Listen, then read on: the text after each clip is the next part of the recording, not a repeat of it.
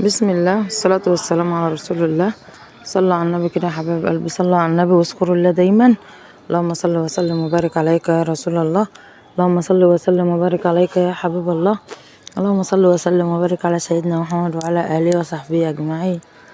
لا إله إلا الله وحده لا شريك له، وله الملك وله الحمد وهو على كل شيء قدير. لا إله إلا الله وحده لا شريك له، له الملك وله الحمد وهو على كل شيء قدير.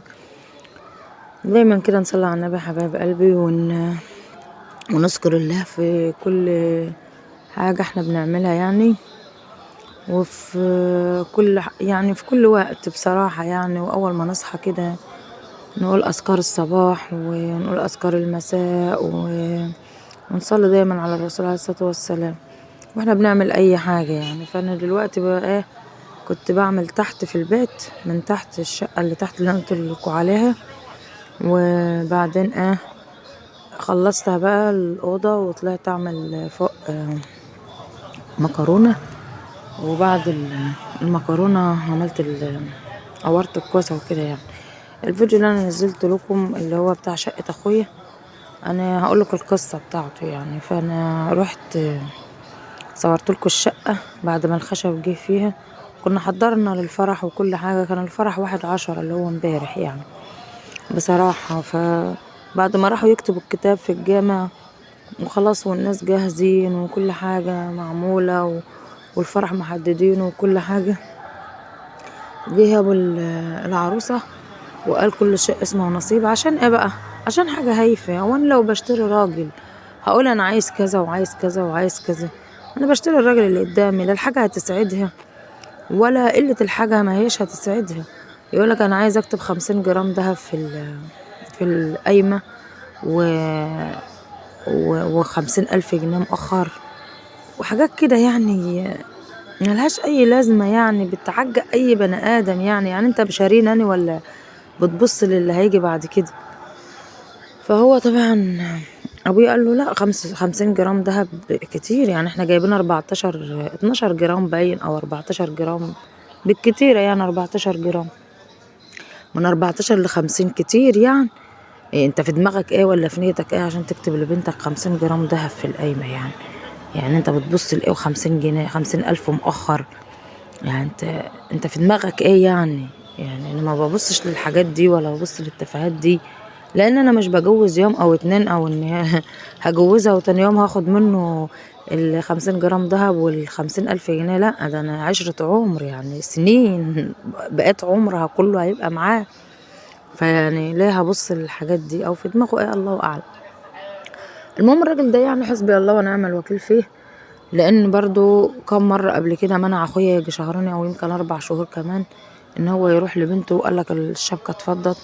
طيب يا عم هات دهبنا. يقولك لا انتوا كلتوبوا. كلنابوا ايه؟ احنا محدش مننا اصلا كان بيروح ولا اخويا كان بيروح. فازاي انا عايز اكلتنا ايه يعني؟ ايه اللي ناكله كنا جايبين الدهب ايامها ب15,000 وشوية يعني. فايه اللي احنا كلناه ب15,000 جنيه؟ ياه، ده الاكل عندكوا غالية قوي. يقولك كلتوا بط يعني. احنا اكلنا ب15,000. انا عن نفسي ما روحتش ولا دخلت بيتهم لحد النهاردة، لحد الساعة اللي انا فيها يعني. فاخويا برضو ما كانش بيروح. فمين اللي اكل بال15,000 بط؟ البطة بتاعتهم غالية قوي يعني. مثلا خليه اكل 15 بطة يعني بالفرق. البطة تقف ب1000 جنيه، 15,000 جنيه ليه قلة الاصل ولا قلة ليه يعني؟ هو مستحقه؟ هو واخده كده؟ احنا على العموم احنا مش مسامحين، لان الدهب اللي جاي ده دهب اخويا ده شغال على مكنة ضم في الحصيدة، بيروح في حصيدة الرز. ربنا اللي بيبقى عالم بيه في السقعة وفي البرد وكان بيبقى في اول الرز كده بيبقى سقعة وبرد، وفي حصيدة الغلة برد وفي البرد وفي السقعة او في الحر او شدة الحر اللي بنبقى فيها دي برضه ايام ضم الرز. والله يعني بيبقى ربنا اللي عالم به في المكان اللي هو فيه وفي القرف اللي بيشوفه. بيبات في الأراضي وبيبات هنا ومن هنا. وكان أخويا ده هو اللي جاب لأخوه الشبكة دي. فاخويا كان يعني اخويا او امه وابويا يعني كان نفسهم ان هو يجوز اخويا ده، لان هو اللي لسه. فكانت امي نفسها ان هي تجوز يعني. فجاب له بقى يجيب له كل حاجه ويعمل له كل حاجه بصراحه، يعني مش مستخسر في اي حاجه. هم عندهم في بلدهم ان العروسه بتجيب المطبخ اللي هو الالمونتال. قالوا لهم لا انتوا اللي هتجيبوا المطبخ. اخويا قال ماشي، المطبخ دي هديه مني ليه العروسه يعني. ف وقلنا ماشي، وقروا الفاتحه واتفقوا قروا الفاتحه وهنكتب الكتاب يوم كذا. وقروا الفاتحه على ما هم اتفقوا عليه، وان كتب الكتاب يوم الخميس كان يوم الجمعه اللي فاتت دي، لا اللي قبلها، واللي قبلها لا اللي قبلها بقى. فالمهم وقروا الفاتحه على كده يعني، ان اخويا هيجيب المطبخ وكل حاجه اللي هم قالوا عليه يعني، مع ان المفروض هم اللي يجيبوه. ما جابوش بصراحه يعني. وبعد كده لما راحوا يوم كتب الكتاب، قام قايل لهم كده كل شيء اسمه نصيب، وانتوا اكلتوا ببط. ليه كده؟ ليه قلة الاصل دي؟ وليه قلة الضمير؟ ليه ياكل عرق اخويا اللي شقيان بيه وتعبان بيه في الاراضي وبعيد عن بيته وعياله. يعني موسم الرز ده ممكن يقعد بالثلاث شهور ولا 4 شهور ما يشوفش ولاده ولا يجي بيته، وعلشان ان هو يعمل حاجة حلوة لاخوه. ليه قلة الاصل وقلة الضمير دي؟ ليه؟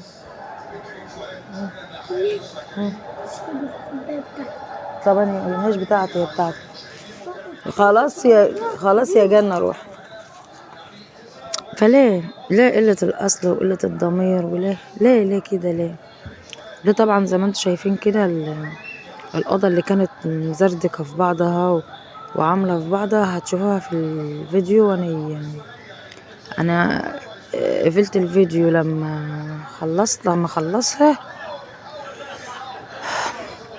انا خلصتها وطلعت عملت المكرونة دي وعملت الأكل وكنت خلصتها يعني، بس ما كنت صورتها طلع لان التليفون كان فاصل مني شحن. فطلعت شحنت التليفون وبعدين نزلت صورتها في الاخر بعد ما خلصت المكرونه. نزلت صورت الاوضه بعدين يعني. انتوا هتشوفوها يعني بعد ما وضبت اشوف الزردكه دي والحاجات الكراكيب اللي كانت في الاوضه كلها بقت الاوضه عامله ازاي. المهم انا وريكم بقى الخشب بتاعه. شفتوا الخشب بتاعه كان جاي في الشقه وكل حاجه كانت جاهزه بصراحه وكنا مخلصين كل حاجه وكنا فرحانين وكسر فرحتنا. ربنا يكسر بخاطره وربنا يكسر فرحته دايما يا رب العالمين. فادعوا معايا اي انسان ظالم، اي انسان بيجي على حد، اي انسان بياخد حق حد، حسبي الله ونعم الوكيل فيه. او اي بني ادم بيظلم حد او بيظلم او واحد يظلم واحده او واحده تظلم واحد، حسبي الله ونعم الوكيل بجد. لان الدنيا ما هيش كده يعني. ربنا سبحانه وتعالى دلوقتي عاد بيدينا مواعظ وبيدينا حاجات كتير ان احنا نتعظ، وان احنا الدنيا دي تبقى اخر حاجة في همنا، او تبقى اخر حاجة ان احنا نفكر فيها واحنا ما بنتعظش. احنا ما بناخدش اي اتعاظ، او ان احنا بناخد اي تراجع او اي حاجة ان احنا نعمل اي حاجة في اي حد. فربنا سبحانه وتعالى اللي دايما بيبقى عالم بالنوايا وعالم اللي في ضمير كل بني ادم وعارف اللي في نية كل حد. فربنا سبحانه وتعالى يدي لكل واحد على قد نيته ويدي لكل واحد على قد اللي في ضميره، لان الدنيا معلش مستاهله، ولا الدنيا حد ياخد منها حاجه وهو ماشي. كلنا بنروح كده، كله بيروح كده. اهالي يعني قبلنا اللي ماتوا قبلنا واللي احنا بنشوفه بيموتوا كل يوم بياخدوا ايه ولا بيعملوا غير الكلمه الطيبه والعمل الصالح اللي بيسيبوه في الدنيا. انسان كويس وانسان صالح وانسان كان كويس بندعيه ونقول الله يرحمه، ده كان انسان كويس، ده كان. لكن لو هو بقى حاجه تانية ما بنبقاش عايزين حتى نترحم عليه. فربنا سبحانه وتعالى يدي لكل واحد على قد نيته. والراجل ده حسبي الله ونعم الوكيل فيه، ان هو ياخد عرق اخويا وتعب اخويا. والله ابويا قعد يعيط، اقسم بالله ابويا قعد يعيط في الفيديو، يمكن انتوا شايفينه وهو عمال بيعيط، لانه كان نفسه طبعا يفرح بابنه. يشوف ابنه لانه ده اخر حاجة ليه يعني. هو اخويا الصغير، فهو كان نفسه ان هو يفرح بيه وان هو يطمن بقى خلاص ان هو اتجوز بقى له بيت، يفتح بقى بيت، يبقى مطمن بقى ان هو يعني مرتاح، يعني ان هو خلاص قضى الرسالة بتاعته وخلص كل حاجة ليه. وده خاطب بقى له يمكن 2 سنين او اكتر من 2 سنين يعني. يعني ممكن 3 سنين بتهيألي، وفي الآخر يقولك كل شيء اسمه نصيب بسهولة كده وبكل بساطة كل شيء اسمه نصيب. فين وهم في قلب الجامع يعني في بيت ربنا، يعني ما عملش احترام ولا عمل حرمة للبيت اللي هو قاعد فيه، اللي هو بيت ربنا سبحانه وتعالى. مش بيته، ده بيت ربنا سبحانه وتعالى. ما عملش ليه اعتبار ولا فكر ان هو قاعد في مكان ما يتقالش فيه كلمة زي ديت. واحنا في الوقت ده يعني لو كان قالها وهو في بيته ماشي، لكن قاعد في بيت ربنا ما فكرش هو قاعد فين او المكان اللي هو قاعد فيه ده.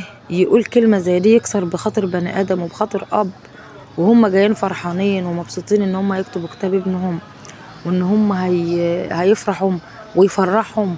لا، ده كسر بخاطرهم وهو في بيت ربنا، في البيت اللي المفروض اللي ربنا سبحانه وتعالى بيكبر بخاطر الناس، بيكبر بخاطر كل بني ادم.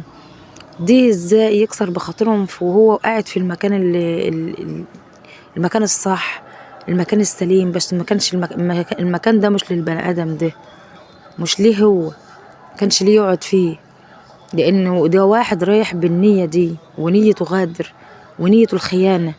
فالمفروض ما كانش دخل بيت ربنا، كان المفروض دخل بيت ألف بقال وهو في بيته. كان قال لهم يا جماعة ما تجوش من باكو، يعني هم في مكان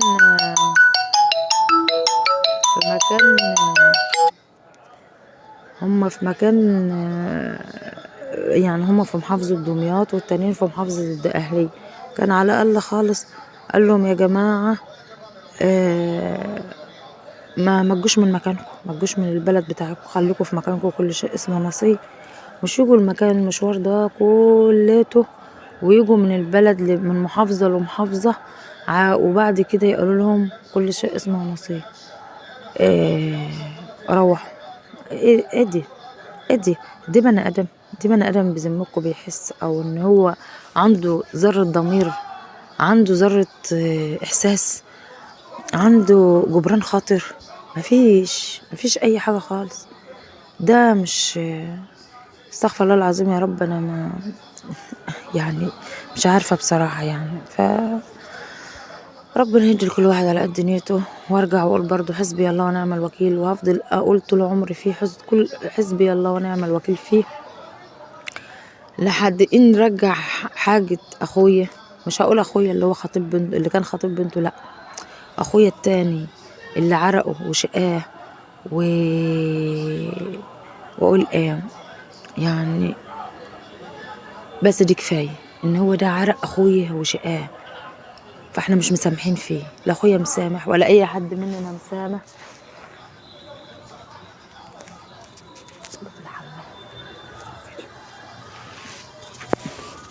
ف لا ما راحش. ايوه يا محمد،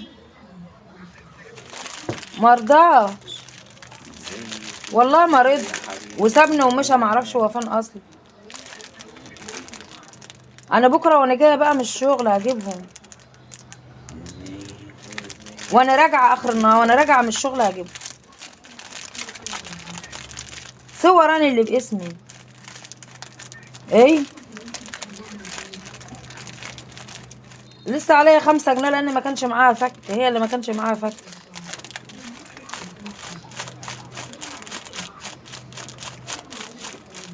لو انت رحت قبل ما اجي، يعني لو انت رحت الاول كلمني، ولو انا رحت الاول هكلمك.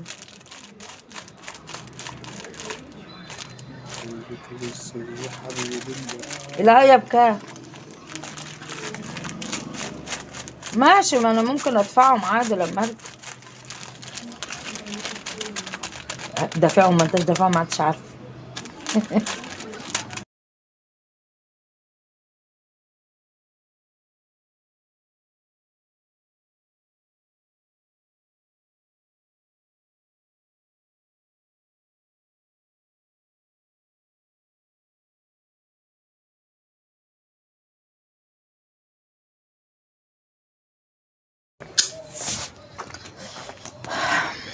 معلش يا جماعه، انا كان معايا تليفون صحيح بس ما كنتش عارفه اقفل منين بصراحه، على اساس ان انا ان انا يعني اوقف الفيديو عما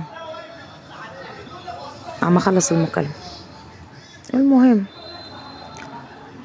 ف يلا ربنا يعوض عليه ويوقعه في بنت الحلال اللي تستاهله ويجيله انسانة كويسة. فناس كتير والله، ناس كتير قوي كلهم بيقولنا الحمد لله ان انتوا خلعتوا من الناس دي، وان انتم ان هم فضوا الموضوع ده، لان هم ناس يلا الله يسهلهم بقى، الله يسهلهم في على اللي هم يعني عملوا كده. بس احنا مش مسامحين في حق اخويا. بس هما لو كانوا جايبوا لنا دهبنا زي ما هم قالوا كل شيء اسمه نصيب، وطلعنا كل واحد بالمعروف كده وما عملوناش في حاجة او ما ظلموش حد فينا، فاحنا ما عادي، ما كانش يهمنا يعني.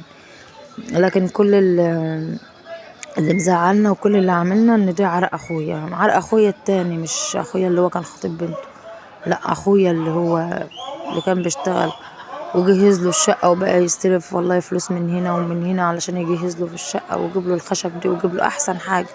والله جايب له احسن حاجة اقسم بالله. يمكن انتوا شايفين الخشب وشايفين الحاجة ومش شاريينها من معرض او من حاجة، لا ده معمولة خشب يعني، معمولة واحد عاملها، واحد احنا عارفينه يعني وعاملها له، يعني حاجة نظيفة، خشب نظيف، كل حاجة نظيفة يعني بصراحة. فادعوا له كده ان ربنا يا رب يقع في بنت الحلال تكون مناسبة ليه وتكون كويسة و... وإنسانة تقدر تعيش معانا، ان هي تعيش معانا وتعيش في وسطنا يعني. فيمكن ربنا سبحانه يمكن ده خير ورب